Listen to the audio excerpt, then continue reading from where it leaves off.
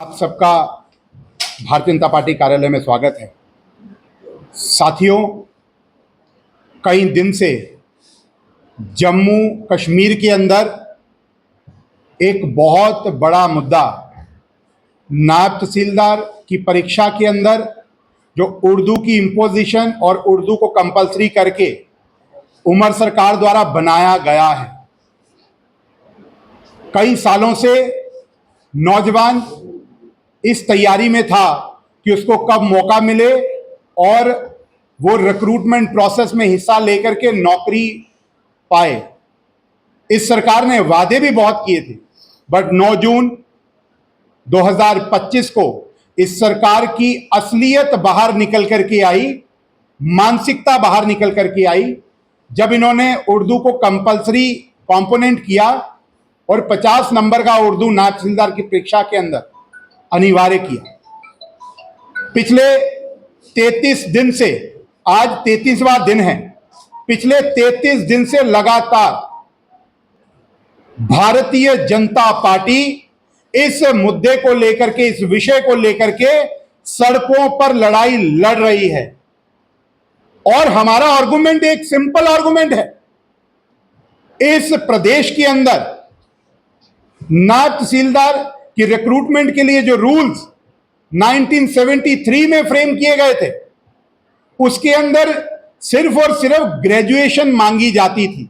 और ये रूल्स 1973 से लेकर के 2003 तक चले।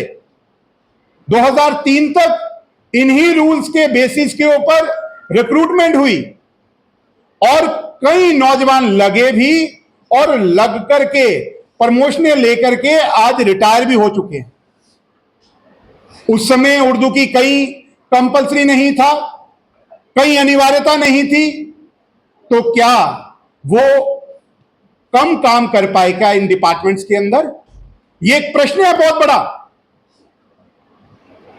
पर जब 2003 के अंदर रूल्स मेंड हुए, जो 2009 तक चले, उसके अंदर जोड़ दिया गया मैट्रिकुलेशन में 10th में उर्दू होनी चाहिए।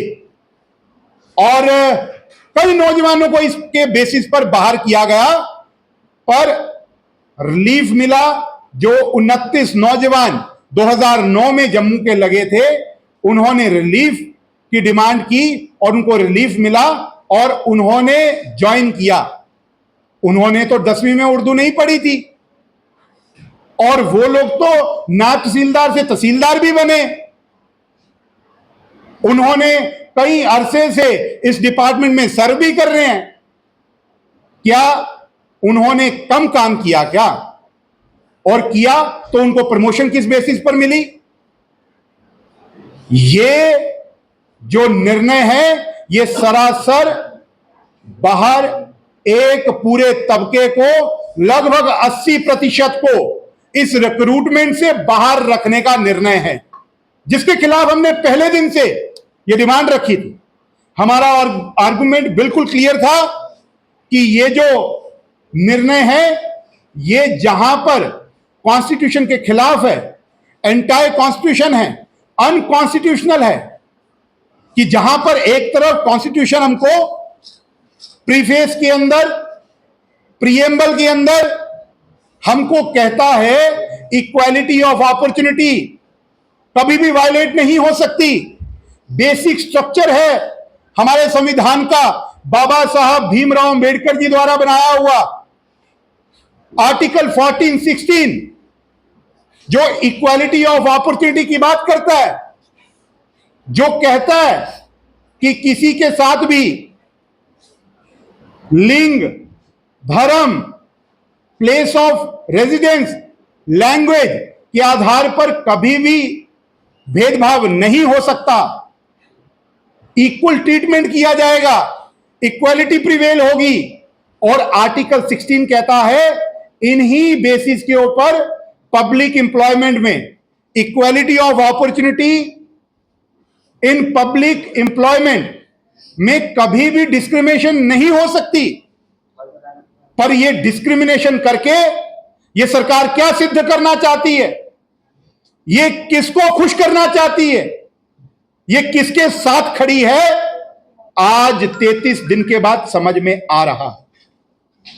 जब 2015 में रिक्रूटमेंट प्रोसेस शुरू हुआ, 2019 में खत्म हुआ, उसके अंदर किस तरीके से 126 लोग उर्दू में फेल हुए, 122 जम्मू से थे, वो एक प्रेसिडेंट बन गया कि लोगों को समझ में आ गया कि जम्मू तो कभी भी डीप रूटेड लैंग्वेज इस रीजन की थी ही नहीं, कभी भी एम्फेसिस किया ही नहीं गया।